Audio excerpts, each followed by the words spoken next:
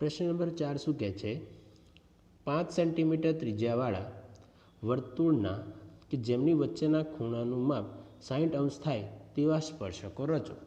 એટલે આપણે અત્યાર સુધી શું કરતા હતા તો કે એક વર્તુળ હોય, એ વર્તુળની બહાર કોઈક બિંદુ આપ્યું હોય અને એમાંથી આપણે એક સ્પર્શકો બે દોરતા હતા આ રીતે, બરાબર છે। હવે એવું કીધું છે કે 5 સેન્ટીમીટર ત્રિજ્યાવાળું વર્તુળ છે, એટલે કે આ જે વર્તુળ છે એની 5 સેન્ટીમીટર ત્રિજ્યા છે અને અહીંયા જે 12 બિંદુ આપ્યું છે એનાથી જે આ વર્તુળના સ્પર્શકો દોર્યા છે તેમની વચ્ચેનો ખૂણો કેટલો છે તો કે 60 અંશ છે, બરાબર છે। તો 60 અંશનો ખૂણો દોરવાની અહીંયા વાત કરવાની છે, બરાબર છે। તો પહેલાં તો આપણે સમજવું પડે કે 60 અંશનો ખૂણો દોરાય કેવી રીતે। તો આપણે 60 અંશનો ખૂણો દોરવા પહેલાં તો એક વસ્તુ સમજવાનો પ્રયત્ન કરીએ કે આ જે માની લો કે આ સ્પર્શક છે, આ બંને સ્પર્શક છે તેમની વચ્ચેનો ખૂણો 60 અંશ છે, એટલું તો ફિક્સ છે, બરાબર છે। હવે જે સ્પર્શકો હશે એ અહીંયા જે આ શું છે આપણી તો કે ત્રિજ્યા, આ શું છે આપણી તે ત્રિજ્યા, તો બંને ત્રિજ્યા સાથે કેટલા અંશનો ખૂણો બનાવતા હશે તો આપણે જાણીએ છીએ કે સ્પર્શક અને ત્રિજ્યા વચ્ચેનો ખૂણો 90 અંશનો હોય। તો આ બંનેનો ખૂણો કેટલો 90 અંશ હશે, આ 60 અંશ છે। તો જો તો આ એક શું બનાવે છે તો ચતુષ્કોણ બનાવશે, ઓકે। આપણે એ પણ જાણીએ છીએ કે ચતુષ્કોણના ચારે ખૂણાનો સરવાળો કેટલો તો આપણે જાણીએ છીએ 360। તો જો આ 90 થતો હોય, આ છે 90 થતો હોય તો 90 180 અને આ બીજા 60 એટલે કેટલા થયા 240। તો હવે 360માંથી ખૂટે કેટલા તો કે 360 અંશ ઓછા 240, તો બાદબાકી કરીએ તો 0માંથી 0, 6માંથી 4 જાય તો 2, 3માંથી 2 જાય તો 1 એટલે 120 અંશ આવ્યા। મતલબ કે જે બે સ્પર્શકો હશે એ અને એમની વચ્ચે જે લંબ ત્રિજ્યાઓ હશે એટલે કે આ બે ત્રિજ્યા, એ બે ત્રિજ્યા વચ્ચેનો ખૂણો કેટલો બનશે તો કે 120 અંશ। તો આપણે 60 અંશનો અહીંયા ખૂણો આપણે એક્ઝેક્ટ બનાવી ના શકીએ કે ભાઈ એવું બને કે ચલો આપણે બે સ્પર્શકો વચ્ચેનો 60 અંશનો ખૂણો બનાવી દઈએ, પણ એવું પણ બને ને કે આ જે 60 અંશનો આપણે રેન્ડમલી બનાવીએ છીએ એટલે, પણ આ જે હશે એ એક્ઝેક્ટ બનશે। એટલે આપણે શું કરશું કે 60 અંશ જે હશે બનતો ખૂણો જે આપણા સ્પર્શકો દ્વારા એની સામેનો ખૂણો બનાવવા પ્રયત્ન કરશું, બરાબર છે। તો 120ને આપણે આરામથી પણ દોરી શકીએ, 60 અંશને આરામથી દોરી શકીએ ને 120ને આરામથી દોરી શકીએ। કેમ કે 60 અંશ જો આપણે આરામથી દોરી શકતા હોય તો એનો ડબલ જ 120 થાય। તો આપણે પહેલાં 60 અંશ દોરતા શીખી લઈએ। તો કે પહેલાં એક રેખાખંડ હોય, એ રેખાખંડમાં આપણે કોઈ બિંદુ લઈ લઈએ કે ભાઈ અહીંયા કોઈ એક બિંદુ છે, એ બિંદુને ફરી આપણે શું કરશું તો કે પરિકરથી કોઈ પણ માપનું એક ચાપ રચો, કોઈ પણ માપનું, બરાબર છે। તો આપણે શું કરશું પરિકરની અણી અહીંયા મૂકીશું બિંદુ પર અને એક ચાપ દોરીશું આ રીતે, કાં તો ફરી તમે આ રીતે મારશો તો વધારે સારું રહેશે, આ રીતે એક ચાપ દોર્યું। હવે શું કરશું ફરી એટલું જ માપ, એ માપને દૂર કરવાનું નથી, એ માપને ઓછું કે વધારવાનું નથી, એટલું ને એટલું જ માપ લઈને હવે પરિકરની અણી અહીંયા મૂકો અને પછી એક ચાપ મારો, બરાબર છે। હવે આ જે ચાપ મારશો એ અને આ જે છેદ એ આપણા ચાપને અને આ બિંદુ, આ બંનેને જે જોઈન્ટ કરશો જ્યારે તો આ જે ખૂણો બનશે એ હશે 60 અંશ। હવે એટલું ને એટલું, હવે આપણે 120નો દોરવું હોય તો શું કરશું ફરી એટલો ને એટલો ચાપ અહીંથી મારી દઈશું આ બિંદુ આગળથી, જો અહીંયા પરિકરની અણી આ એક ચાપ મારો તો આ 60 અને આ એક બીજો 60, તો આખો કેટલો થયો 60 ને 60 120, તો આ થઈ ગયો 120નો ખૂણો। બસ એ જ વસ્તુ અહીંયા આપણે કરવાની આવશે। તો શરૂઆત કરીએ તો જોઈએ પહેલાં કેટલું સેન્ટીમીટરનું ત્રિજ્યાનું વર્તુળ છે તો કે 5 સેન્ટીમીટર ત્રિજ્યાનું વર્તુળ। તો કૃત્ય શું છે જો ઓ કેન્દ્રવાળું અને 5 સેન્ટીમીટર ત્રિજ્યાવાળું એક વર્તુળ દોરું। તો શરૂઆતમાં એક વર્તુળ દોરીએ કે જેની ત્રિજ્યા છે 5 સેન્ટીમીટર, તો આપણો મુદ્દો પણ થઈ જાય અને કૃત્ય પણ થઈ જાય, બરાબર છે। ત્યારબાદ તે વર્તુળના એવા બે સ્પર્શકો દોરો કે જેમની વચ્ચેનો ખૂણો 60 અંશ થાય. હવે આપણે સ્પર્શકોની જેમ આપણે વાત કરીએ એવી રીતે ના દોરી શકીએ, પણ આપણે એનો સામેનો ખૂણો 120 અંશ દોરી શકીએ છીએ. તો આપણે આ દોરવા પ્રયત્ન કરશું. તો જુઓ, ઓ કેન્દ્ર અને 5 સેન્ટીમીટર ત્રિજ્યાવાળું એક વર્તુળ દોરો.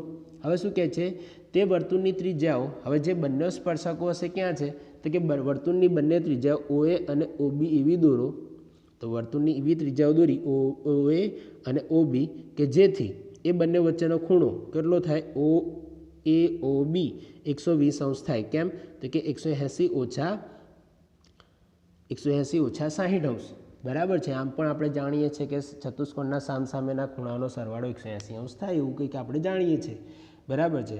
તો 180માંથી 60 અંશ બાદ કર્યા કે સામેનો ખૂણો કેટલો છે, 60 અંશ. બરાબર છે. તો આ 60 અંશ બાદ કરી દઈએ 180માંથી, તો આ 120 થઈ જશે.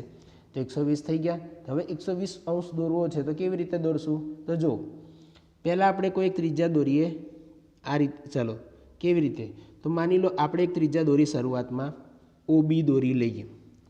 OB એક ત્રિજ્યા દોરી લીધી. ધ્યાનથી જોજો, પહેલાં શરૂઆતમાં એક ત્રિજ્યા દોરી દો OB. હવે કોઈ પણ માપનો એક ચાપ દોરો, એટલે કે ઓને કેન્દ્ર લો, ઓને કેન્દ્ર લઈ લો અને પરિકરથી એક ચાપ રચો. પરિકરથી એક ચાપ રચો.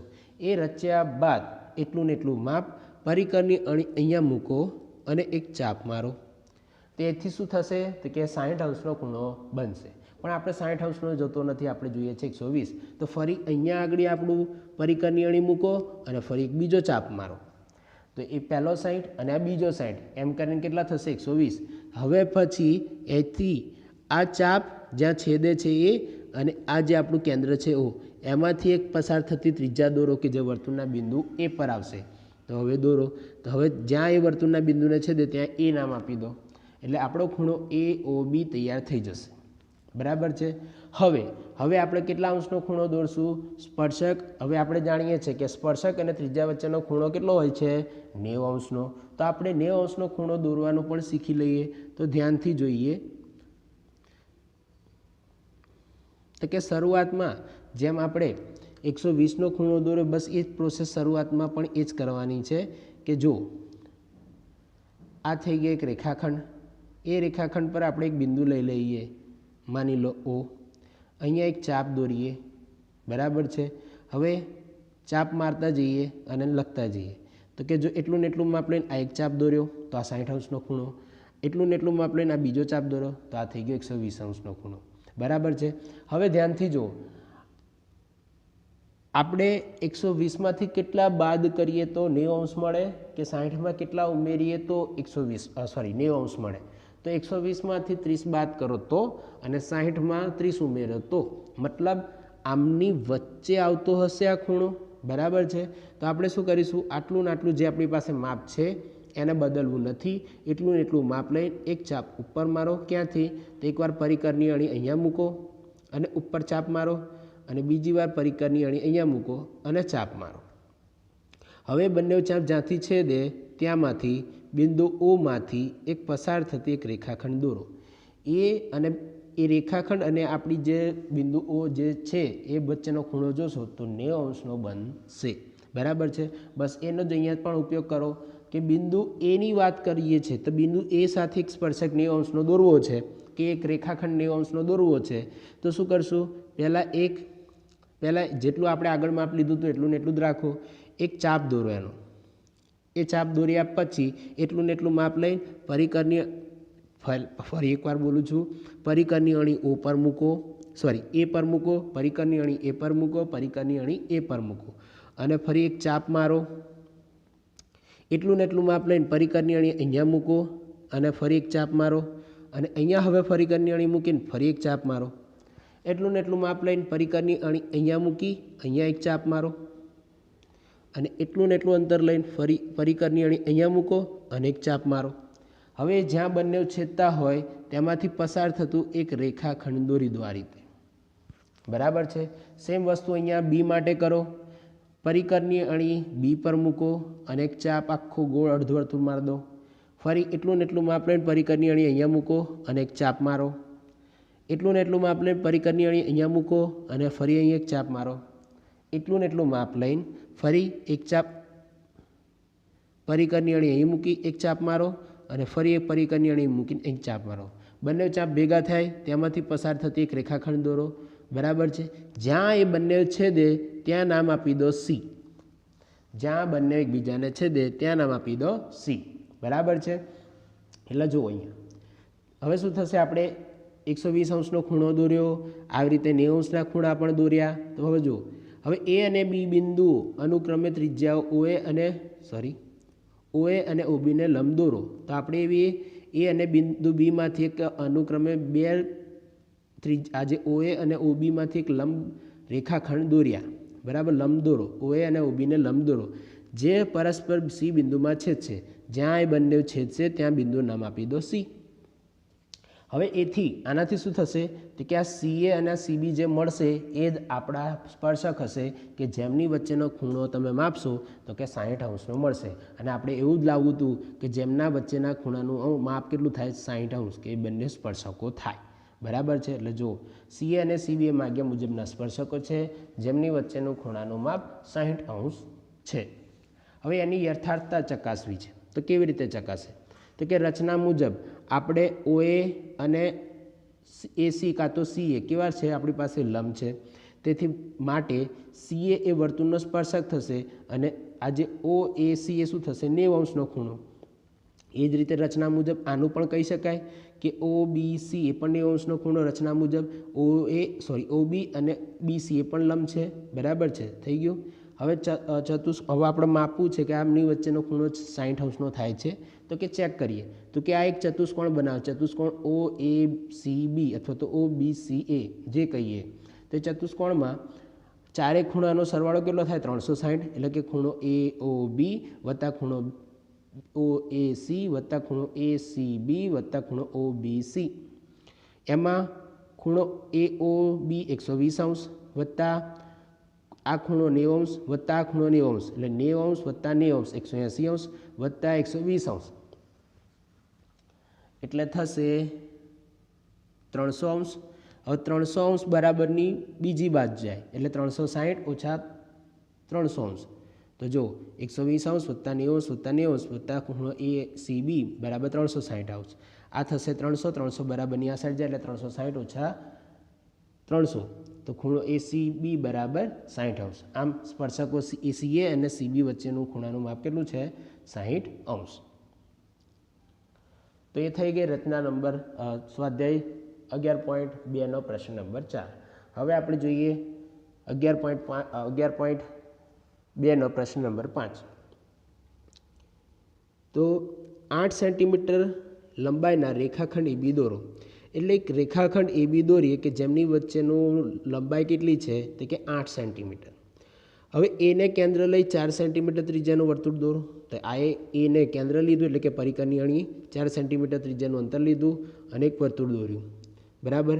પછી કહે છે બીને કેન્દ્ર લઈને 3 સેન્ટીમીટર ત્રિજ્યાનું વર્તુળ દોરો. તો કે બીને કેન્દ્ર લીધું 3 સેન્ટીમીટર ત્રિજ્યાનું એક વર્તુળ દોર્યું. પ્રત્યેક વર્તુળને બીજા કેન્દ્રમાંથી સ્પર્શકો દોરો. એટલે કે આ વર્તુળને એના સામેનું જે વર્તુળ છે એના કેન્દ્રમાંથી સ્પર્શકો દોરો. આ વર્તુળને તેના સામે જે વર્તુળ છે એનું કેન્દ્ર બી એમાંથી સ્પર્શકો દોરો. બરાબર છે.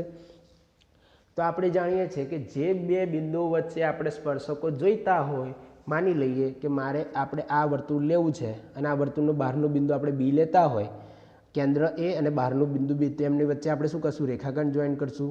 પછી શું કરીએ છીએ તો કે એમનું મધ્ય બિંદુ લાવીએ છીએ. બરાબર છે. એવું સેમ આના માટે પણ કરશું. તો કે આને જોઈન્ટ કરશું, આનું મધ્ય બિંદુ લાવશું. એટલે એટલી તો પ્રોસેસ ફિક્સ જ છે બંને માટે કે બંનેને જોઈન્ટ કરીને પછી એમનું મધ્ય બિંદુ લાવવાનું છે. તો આપણે એટલું કરીએ. તો જો કૃત્ય શું કહે છે 8 સેન્ટીમીટર લંબાઈનો રેખાખંડ AB દોરો. તો કે એક રેખાખંડ AB દોરો કે જેની લંબાઈ કેટલી છે 8 સેન્ટીમીટર. પછી એને કેન્દ્ર લઈને 4 સેન્ટીમીટર ત્રિજ્યાનું એક વર્તુળ દોરો. પછી કહે છે બીને કેન્દ્ર લઈને 3 સેન્ટીમીટર ત્રિજ્યાનું વર્તુળ દોરો. હવે પ્રત્યેક વર્તુળને બીજા વર્તુળના કેન્દ્રમાંથી સ્પર્શકો દોરો. તો પહેલો મુદ્દો શું થશે તો કે જે આપણે આ શરૂઆતમાં આટલું કહ્યું એટલું જ થઈ ગયું. તો જો રચનાના મુદ્દા 8 સેન્ટીમીટર લંબાઈનો રેખાખંડ AB દોરો, એને કેન્દ્ર લઈને 4 સેન્ટીમીટર ત્રિજ્યાનું અને બીને કેન્દ્ર લઈને 3 સેન્ટીમીટર ત્રિજ્યાવાળું વર્તુળ દોરો. હવે શું કરશું AB નો એક લંબ દ્વિભાજક દોરો. તો શું કરશું તો કે એબીના અડધા કરતાં વધારે એટલે એબી 8 સેન્ટીમીટર હોય તો 8 સેન્ટીમીટરનું અડધું કેટલું થાય 4 એટલે કે 4 કે 4 કરતાં વધારે માપ લઈ આમ તો ખરેખર 4 કરતાં વધારે જ લેવાનું એટલે 4 કરતાં વધારે માપ એટલે 5 થી લઈને 8 સુધીનું ગમે તેટલું માપ લઈ લો પછી શું કરવાનું એટલું માપ લીધા પછી તમે 5 6 7 8 આ કોઈ પણ લઈ શકો તમને 7 ઈચ્છા થાય તો 7 5 લેવાની ઈચ્છા થાય તો 5 6 લેવાની ઈચ્છા થાય તો 6 એટલે એટલું માપ લઈ પરિકર વડે એકવાર પરિકરની અણી એ પર મૂકો અને એક ઉપર ચાપ અને એક નીચે ચાપ મારો ફરી એ જ વસ્તુ બી માટે કરો બીને કેન્દ્ર લઈ એક ચાપ ઉપર એક ચાપ નીચે મારો બંને જ્યાં છે તે એમને જોઈન્ટ કરી દો એ તમે જોઈન્ટ કરશો એટલે તમને રેખાખંડ એબીને છેદતો એક બિંદુ મળશે એને બિંદુનું નામ આપી દો એમ એ જ રેખાખંડ એબીનું મધ્યબિંદુ થશે અને એ એ જે આપણને રેખાખંડ મળી એ જ રેખાખંડ એબીને પણ લંબ થશે બરાબર છે એટલે જ આપણે એને કહીએ છીએ લંબ દ્વિભાજક એટલે જો એબીનો લંબ દ્વિભાજક રચી તેનું મધ્યબિંદુ એમ મેળવો તો આપણને મધ્યબિંદુ એમ મળી ગયું હવે શું કરશું એમ એ જેટલી ત્રિજ્યા લઈને એમને કેન્દ્ર અને એમ એ જેટલી ત્રિજ્યા લઈને એક વર્તુળ દોરશું તો જો એમ કેન્દ્ર અને એમ એ અથવા તો એમ બી જેટલી ત્રિજ્યાવાળું વર્તુળ દોરો બરાબર છે એ વર્તુળ એ કેન્દ્રવાળા વર્તુળને પી અને ક્યુમાં છેદશે અને બી કેન્દ્રવાળા વર્તુળને આર અને એસમાં છેદશે તો જો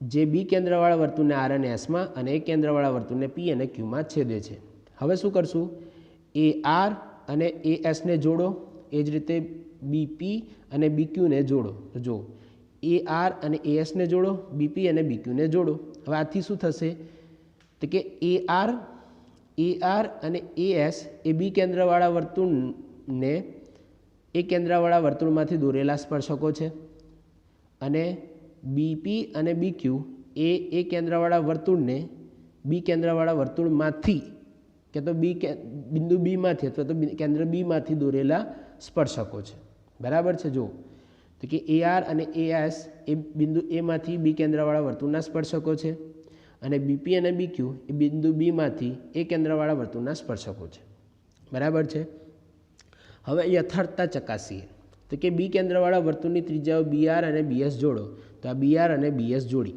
પછી શું કહે છે ખૂણો એ આર બી અને એ એસ બી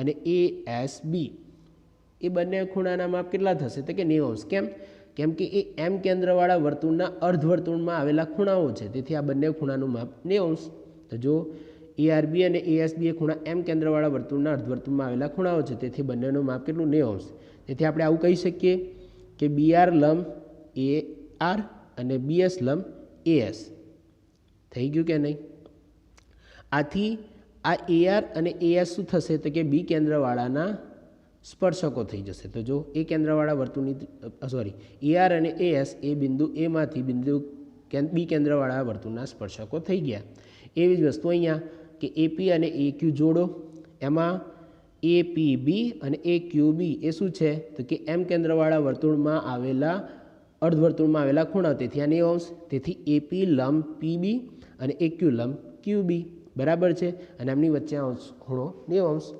હવે શું કહેશે તો કે હવે તમે જોઈ શકો છો કે આ જે બીપી અને બીક્યુ એ બિંદુ બીમાંથી એ કેન્દ્રવાળા વર્તુળને દોરેલા સ્પર્શકો થઈ ગયા બરાબર છે આ એની યથાર્થતા છે